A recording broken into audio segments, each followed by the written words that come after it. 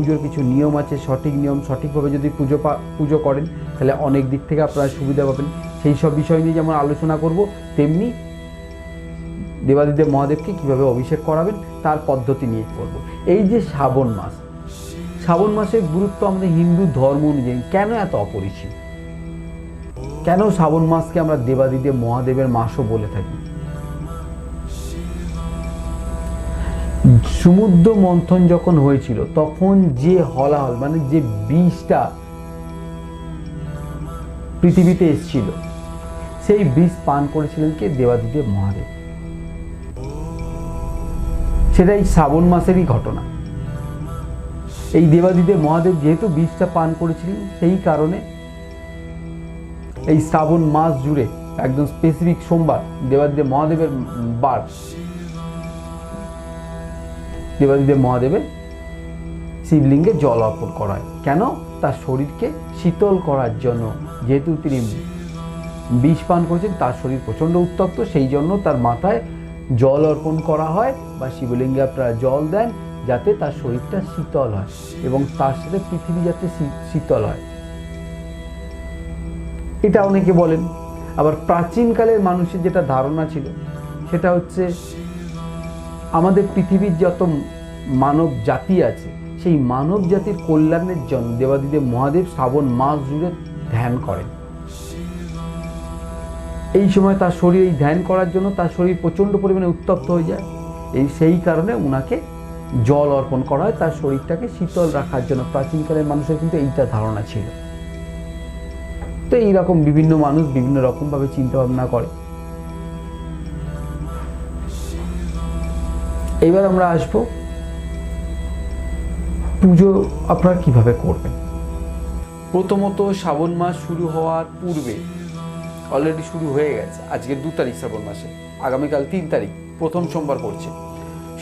তো আপনাদের যে ঘর আছে, ঘরটাকে পরিষ্কার করে নেবেন। ঝুল টুল যেখানে থাকবে সেগুলোকে ঝেড়ে দেবেন, ঝুল যেন ঘরের মধ্যে না থাকে। সুন্দর করে ঘরটাকে পরিষ্কার পরিচ্ছন্ন করে রাখবেন শ্রাবণ মাস জুড়ে, যেন এটা বজায় থাকে। 1 নম্বর। 2 নম্বর, সকালবেলায় ঘুম থেকে উঠবেন। আপনাদের প্রত্যেকটা মানুষের কিছু নিত্য কর্ম আছে, সেই নিত্য কর্মগুলোকে আপনারা আপনাদের কমপ্লিট করার পরে স্নান সেরে নেবেন।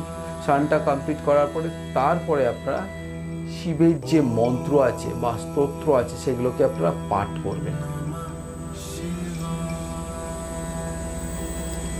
তারপরে দেবাদিদেব মহাদেবকে গঙ্গা জল বা দুধ, যাদের যেমন ক্ষমতা সেই অনুযায়ী বেলপাতা আপনারা অর্পণ করবেন।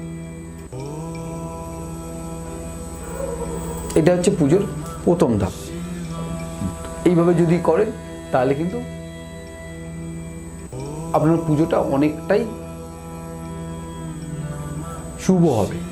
পরিষ্কার পরিচ্ছন্ন পোশাক।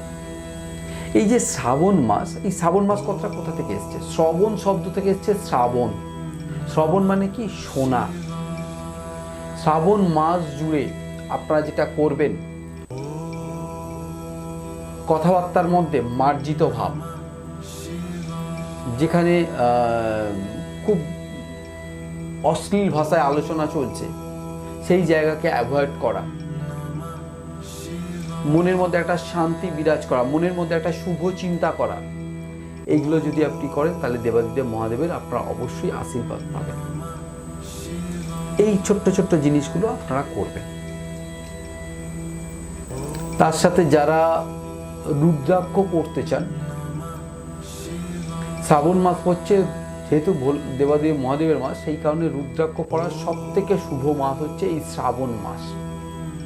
রুদ্রাক্ষ পড়তে চাইলে আপনারা এই মাসে রুদ্রাক্ষটা ধারণ করে নেবেন। তার আগে রুদ্রাক্ষ কিছু আপনার শোধন টোধন করার ব্যাপার আছে, সেগুলো একটু আপনারা করে নেবেন। যার যেমনভাবে আপনারা শোধন করেন সেগুলো একটু করে নেবেন। যারা স্ফটিক শিবলিঙ্গ ঘরে প্রতিষ্ঠা করতে চান, তাদের জন্য শ্রাবণ মাস প্রচণ্ড শুভ একখানা মাস। আপনাদের গৃহে যদি স্ফটিক শিবলিঙ্গ প্রতিষ্ঠা করতে চান, অবশ্যই শ্রাবণ মাসে আপনারা করে নিন। তাতে আপনাদের যথেষ্ট পরিমাণে ঘরের বা আপনাদের গৃহের একটা অশুভত্ব নাশ হবে, শুভত্বর প্রবেশ হবে। এটা আপনারা অবশ্যই করে নেবেন। যারা সোমবার করে উপবাস করেন, যদি শারীরিক দিক থেকে সমস্যা থাকে তাহলে উপবাস অ্যাভয়েড করে আপনারা নিরামিষ খাবেন, খেয়ে দেবাদিদেব মহাদেবকে আপনারা পুজো দিন। এই কাজগুলো কিন্তু আপনারা করবেন, এই কাজগুলো আপনারা কিন্তু মেনটেন করবেন। তাতে আপনাদের অনেকটা মনের দিক থেকে বলতে পারেন বা আপনাদের পুজোর দিক থেকে বলতে পারেন, অনেকটা আপনাদের সাফল্য আসবে বা যে উদ্দেশ্যে আপনারা করছেন সেই উদ্দেশ্য আপনাদের পূরণ হবে। এইটা